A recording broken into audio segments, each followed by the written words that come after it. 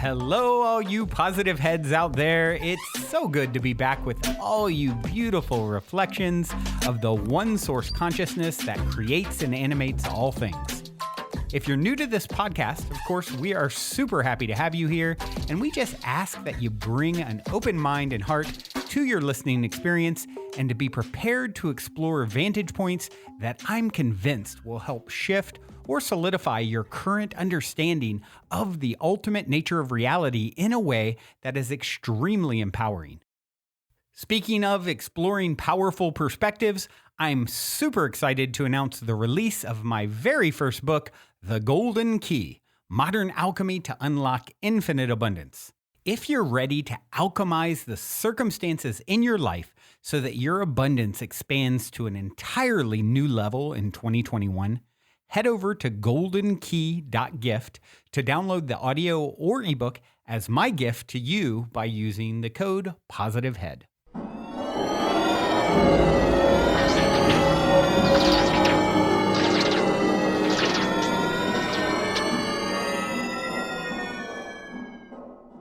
All right, all you positive heads, here we go. I'm back in action, and it's just me today. Wow, it feels like it's been a minute since it's just been me.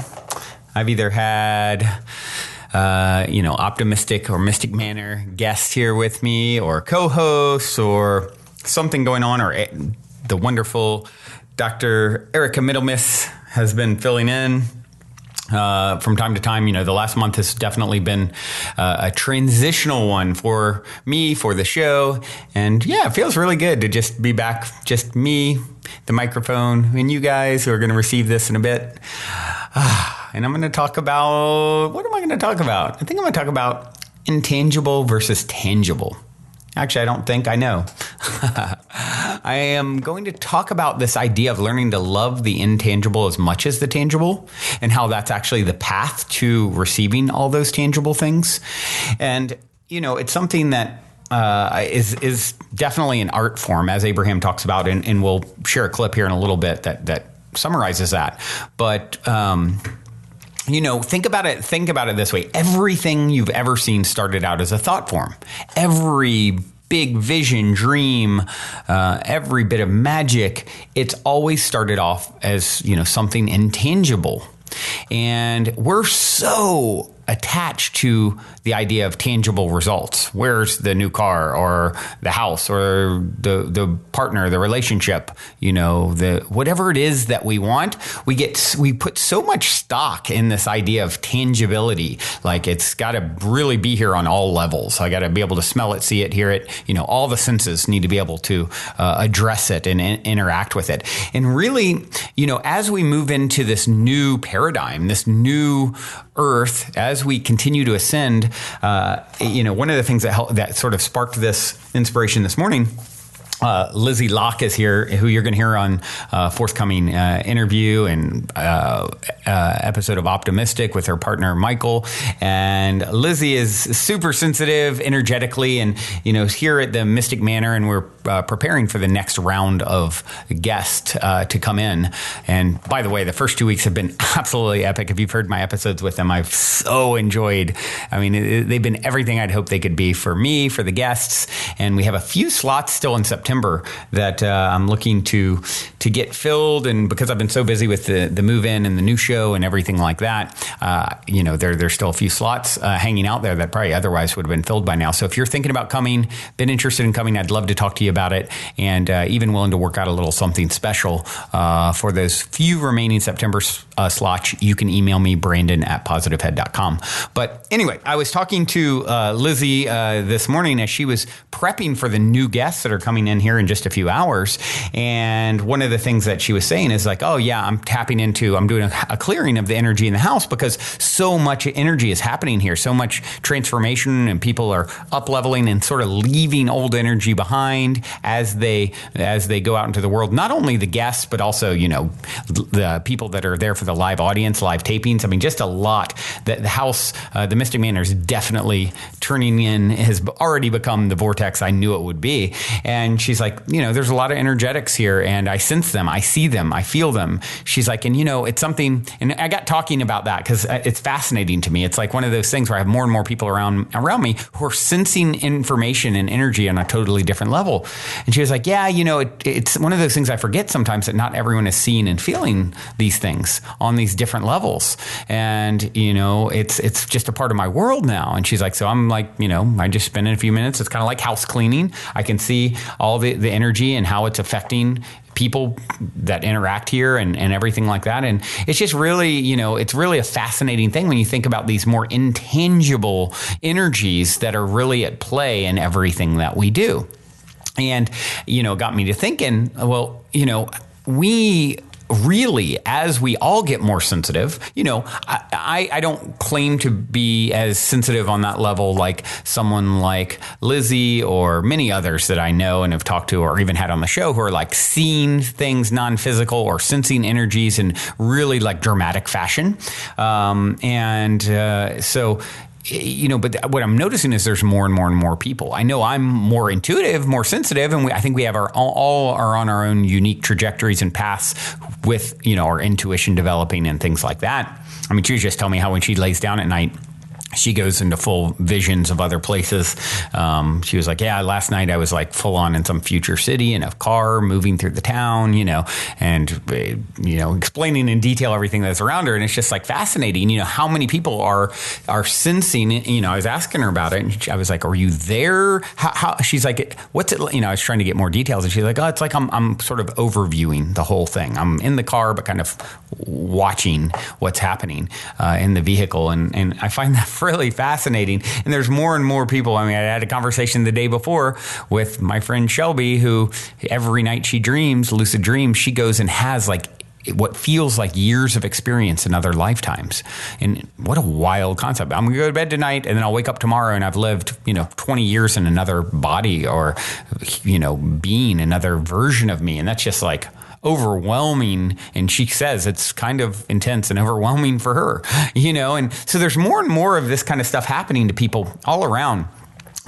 Sensing, like Lizzie, sensing the intangible energies of the room, the space, seeing the importance of clearing the space and just in interacting with those energies like they're just as important as anything else that you would normally interact with in a room. We can think of very tangible things that most of us are used to, like, oh, it's messy, I need to clean up, or it smells bad, I need to take the trash out or put on some incense, or it's loud, I need to turn it down, or, oh, I'd like some music. These are all these tangible things. Oh, what I can see, smell, hear, taste. But as we become more tuned into the intangible, you realize that not only are they just as important, it may be more subtle, but just as important. And they're also the things that are leading to the tangible oftentimes, right? Everything started as a thought form or an idea, intangible. Everything you've ever seen, every car you've driven in, every house you've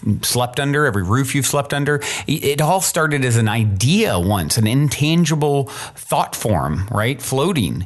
And, that's when you start realizing, oh, all these thought forms are real things. All these energies, they're real. You don't see the radio waves that are flying through, making through the air to make noise come out of your radio, but they're there. There's the same sort of thing. And so when you start understanding some of the most powerful things on the planet are intangible, love being the number one example, love is intangible, right? You can't really even fully define what it is. It's not a thing that you can put in, you can buy a teddy bear to try and symbolize it, but I'll take chocolates, by the way.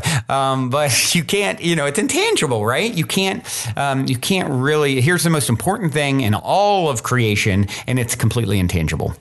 And yet we are so fixated on the tangible stuff, so much so, and needing only physical realness, or focusing so much on physical realness, and really, it's time to start accepting vibrational realness, more vibrational realness. You are at that point. It's time for that to become completely front and center on what it is you're doing. The art of co-creating, the art of allowing, as Abraham talks about in the clip we're going to share here in a few minutes. So, It is definitely time for that, and no more focusing. And a lot of times when we are even focused in the intangible, we are focused on all the wrong things, right? I'm focusing on something that I'm stressing out on. I'm projecting into the future about what could go wrong, right? And this is like the biggest. If you're going to focus on the intangible, let's focus on the intangible in a way that is actually serving us, in a way that actually creates the tangible results we hope to see in the future, right? Spending less time focused on, this idea of stressing about the future. I mean, how often does the future not show up like you imagined it would? Almost all the time. Most of the time. So, worrying is just a poor use of imagination, right? You're giving energy to something intangible that you're making. Why making up a bad story? I mean, it's the best thing I do is make up good stories, right? Because I realize I'm the creator, and if I tell the story in a way that serves me, that's going to lead to a vibrational result that is somehow resonant. It may not show up exactly the same, but something similar, right? Vibrationally. So this is the future. This is the new art form. Giving a rest to what you don't want, focusing on how important the intangible, these thought forms and non-physical energies are. You've accepted that with love. Now let's accept that with every other part of your reality and learn the art of allowing, as we're going to hear here in this clip, Abraham talk about. And I found this one on the Signs of Signs YouTube page. It's called Let Things Happen. Take a listen. So my question is, I was wondering if you could speak to the art of allowing, because what I find, at least for myself, is that speaking to the art of allowance, like allowing something to come into your sphere of being or your existence. But then the question that reverberates around my mind is, but how?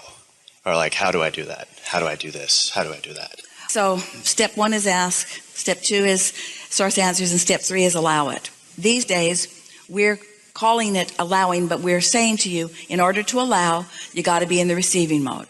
You can't allow it if you're not on that vibrational frequency. And so it really is by thinking and feeling and thinking and feeling and thinking and feeling. That's how you discover your own ability to focus in productive, beneficial ways. But humans make it harder than it needs to be because you're not that good at being willing just to find a satisfying thought.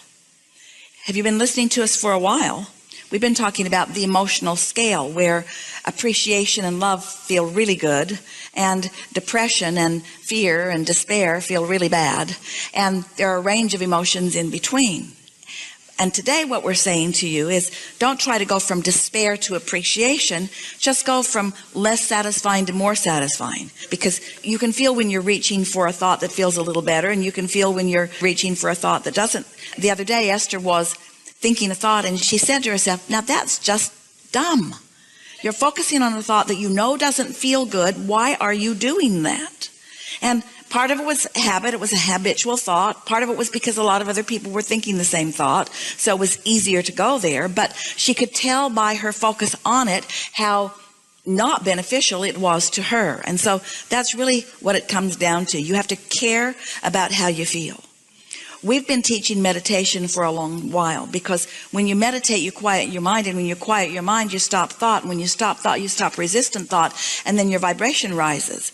And if you do that on a consistent basis, it makes you more sensitive to the thoughts that feel a little better and the thoughts that feel not so good. So sometimes people think that what we mean by art of allowing is just be really tolerant of others. Look out into the world and see terrible things and just don't make a fuss over them. And if you don't make a fuss over something, then you're tolerant and allowing. But that isn't what we mean. We mean allowing your connection with your source. And that's precise. For example, Let's say you're watching television and you see a news broadcast that's really pushing hard against something, and it bothers you a lot when you see it. Well, the reason it bothers you is because your inner being is not looking at that in that way. So you've chosen an attitude or an opinion about something that your inner being isn't choosing, which means it's not beneficial to you. Your thought is detrimental to you. Well, it's not easy as humans to sort that out, because there are so many thoughts you think that you believe that you should think because so many people think them. Esther said to us in the beginning, but Abraham, it's true. It's true, so therefore I'm not inappropriate to think this thought, because a lot of people are thinking this thought, and after all, it's true, and shouldn't I focus on what's true? And it took us a while to convince her that the reason it's true is because people have thought about it. And if she wants it to be true for her, then she can keep thinking about it. But if it's uncomfortable as she's thinking about it, it's going to get more and more uncomfortable as this unwanted thought turns to an unwanted thing, because everything is in the state of becoming. And so this all comes around to just deciding, hey, I got to focus, but I'm not focusing my thoughts. I'm focusing my emotions. I'm feeling my way to it. Now, something that will help you a lot. This is really good. If you can make the distinction between a thought that I'm thinking and a thought that I'm receiving, because the goal is to get tuned in so that you can receive that broader point of view, the advantage point of view. So a lot of thoughts that you are thinking don't feel that good, and it just means give it a rest for a little while, because in thinking the thought that doesn't feel good, you've also done step one and put a whole lot of questions and requests for solutions into your vortex. And so your inner being is all over it. Your inner being is creating a route for you, a specific route just for you, because your inner being knows what all your resistant points are. So your inner being knows exactly how to answer your question. Your inner being knows exactly how to get you there. So you kind of got to relax and stop thinking and start receiving. Have you ever? Oh, you have. This will help you. So imagine that somebody has asked you a question about something that you're very skilled at, and you know the answer, and you know how to lead them. So you begin to tell them, but they won't stop talking. They won't stop talking. They won't stop telling you what they think and what they've tried that didn't work. And you're wanting to say, you asked me a question, I'm going to give you an answer if you'll just give it a rest. But they won't stop talking. They just keep writhing around in their dilemma while you have a very clear view of what would help them, but they won't stop talking. Well, you're just like that.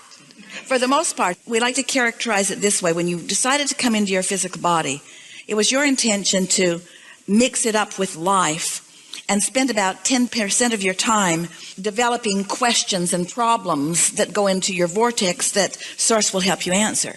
And you intended to spend about 90% of your time in happy thoughts, in blissful thoughts, in restful states, in appreciative states, so that you could be the receiver of the answers to the questions. But most humans have that flipped. Most of you writhe in your question. Just keep asking and asking and asking, but it's not working out for me, and it hardly is working out for anybody, and it didn't work out for my parents. We just want to say to you, just give it a rest.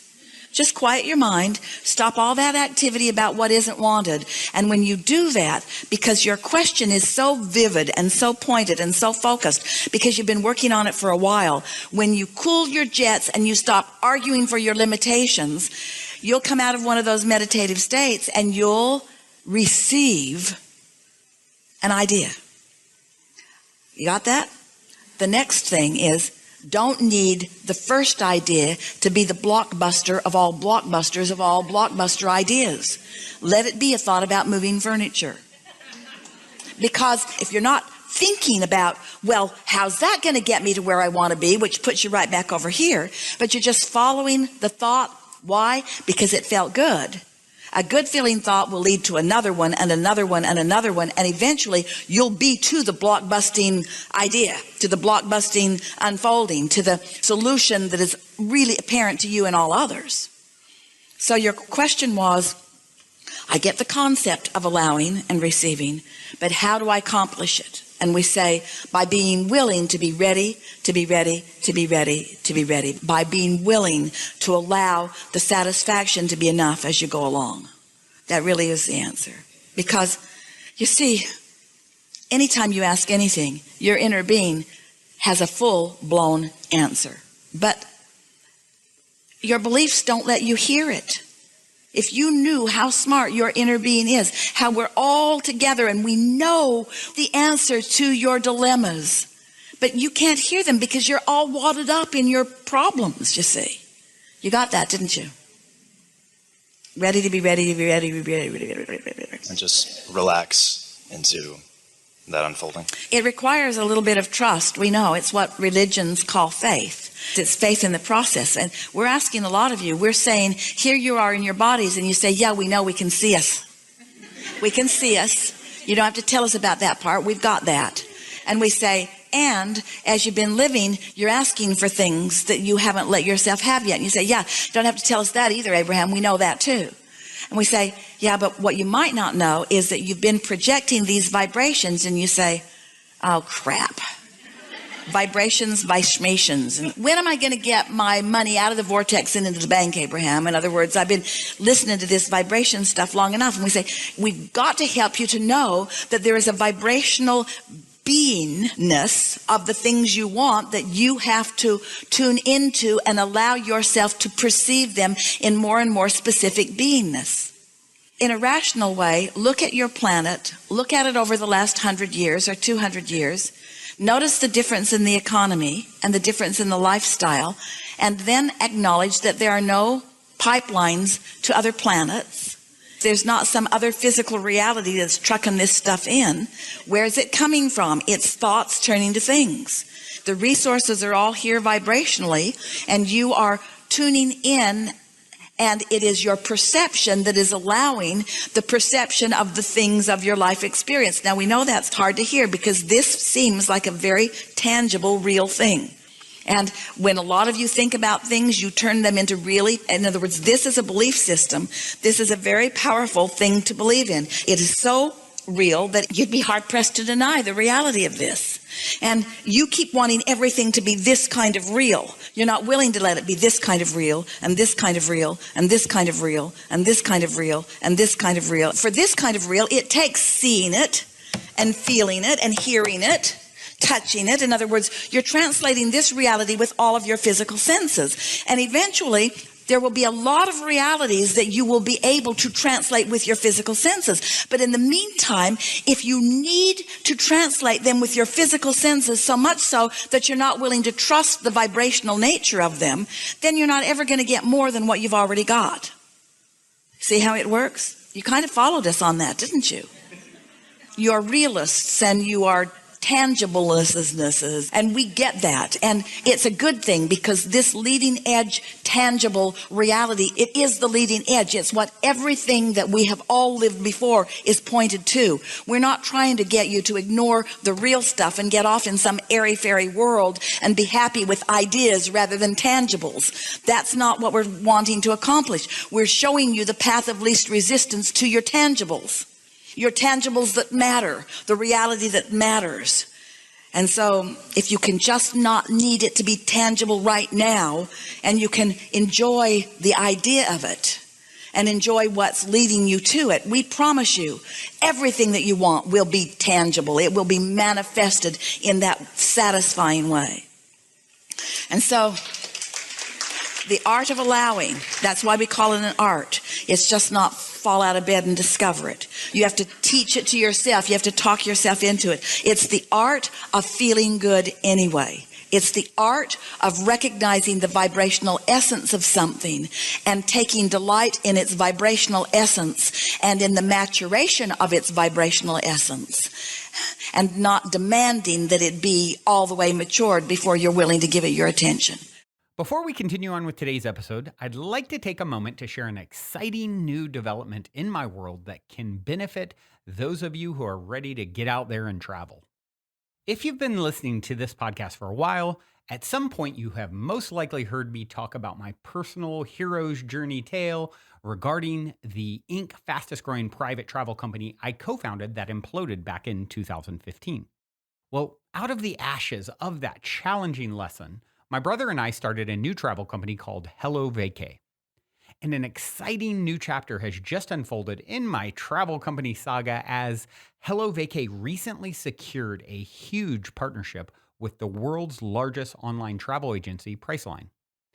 Essentially, due to our past success working with them all those years ago, they have agreed to give us access to their deeply discounted private wholesale booking rates. Our new site, HelloVacay.com, is sort of like the Costco for hotel and alternate accommodations because it allows anyone to get access to these wholesale rates, which are up to 50% off the normal booking rates you'll find on all the other major online travel sites. The only caveat is that Priceline won't let us display these rates publicly because they are so much lower than even what you would see at Priceline.com. So to offer them, they insisted that we have a paid membership for people to get access to these much lower rates. And since I appreciate all of your ongoing support as I've continued to share the updates on my entrepreneurial journey over the years, I originally announced that we would give you all 50% off the normal membership fee of $79 a year. However, after talking to my brother more about it, I convinced him to give all of you 100% free access for the first year when you go to HelloVacay.com and use the code PHFreeYear at checkout for the yearly plan. And be sure to choose the yearly plan, not monthly, when you're signing up to get the full free year access. Once you're a member, you'll see that the discounts vary from city to city and season to season. But if you're traveling with any regularity, your savings will easily add up to hundreds or even thousands of dollars a year. I personally saved over $200 in one weekend when I went to Seattle not too long ago. Also, I'm honestly not sure how long my brother will agree to allow me to run this free year offer. So if you plan to travel at all in the coming year, be sure to go to HelloVacay.com, spelled HelloVacay.com, and use the code PHFreeYear to take advantage and get free access to wholesale travel booking rates. Journey well, everyone.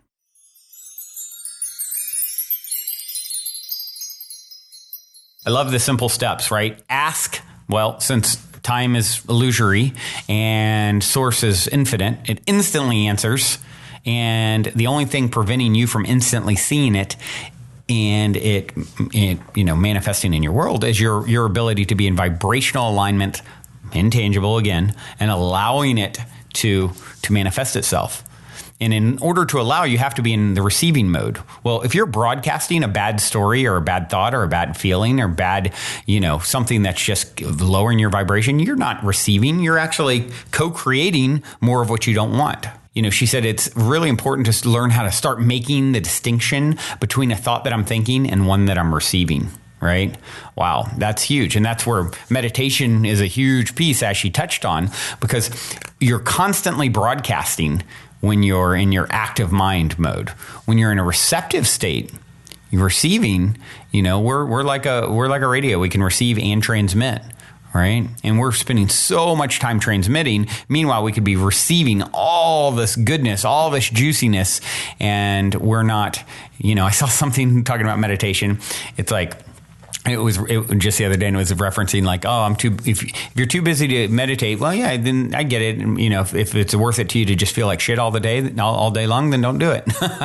Right? And it's really true. It's like when you come out of a meditation, even if it's for 10, 15 minutes, what is the reboot that you've done? What announcement have you made to the intangible universe, YO universe? What have you told it? You're like, I'm willing to make time. I'm willing to receive. I'm willing to get into this, my Zen, monk-like self, right? This part of myself that is, that it kind of comes from this calm, cool, collected, receptive mode. That's the story that you're telling.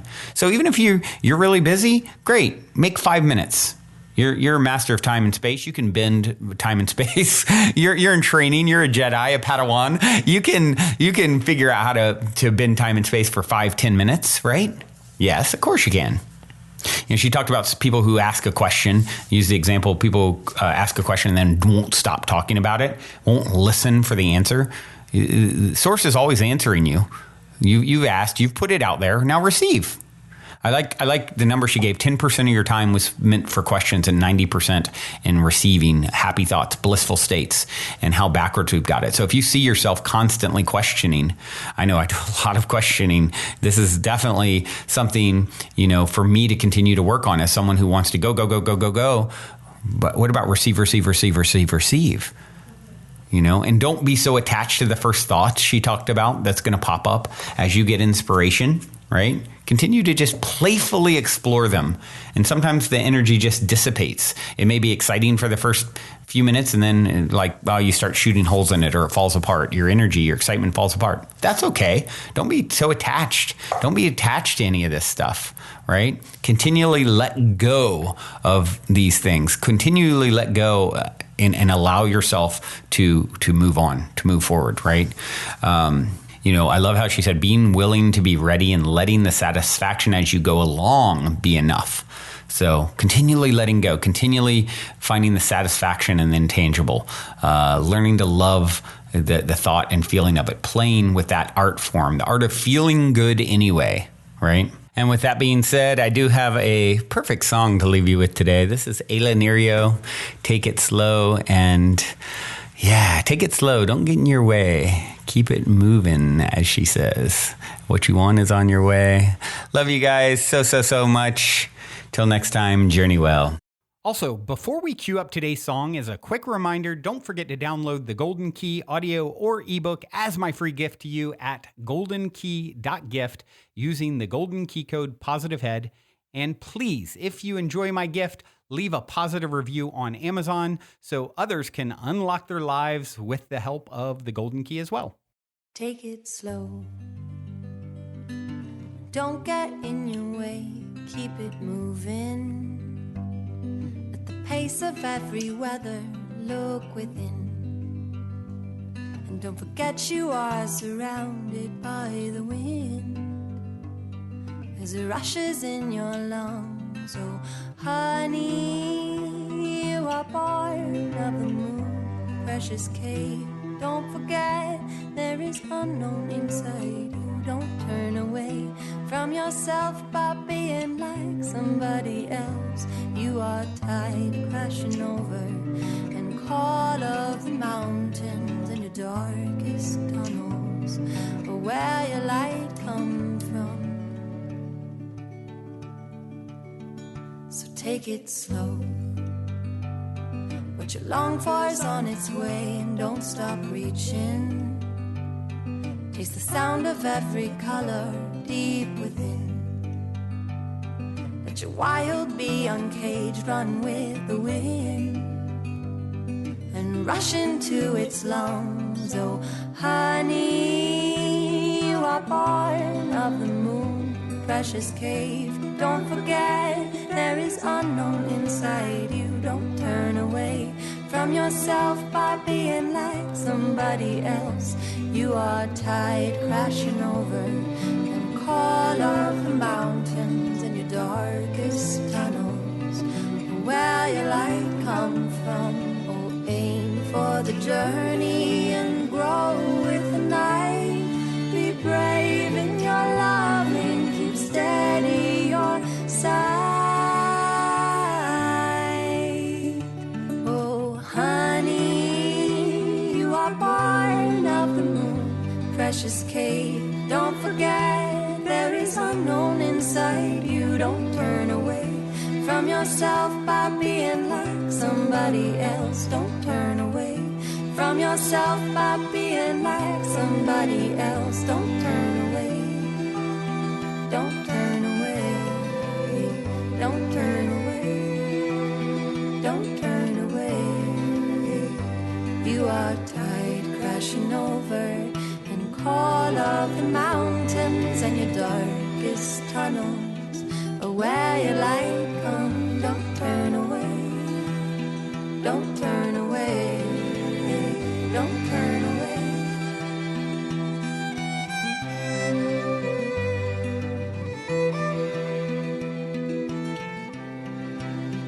Don't turn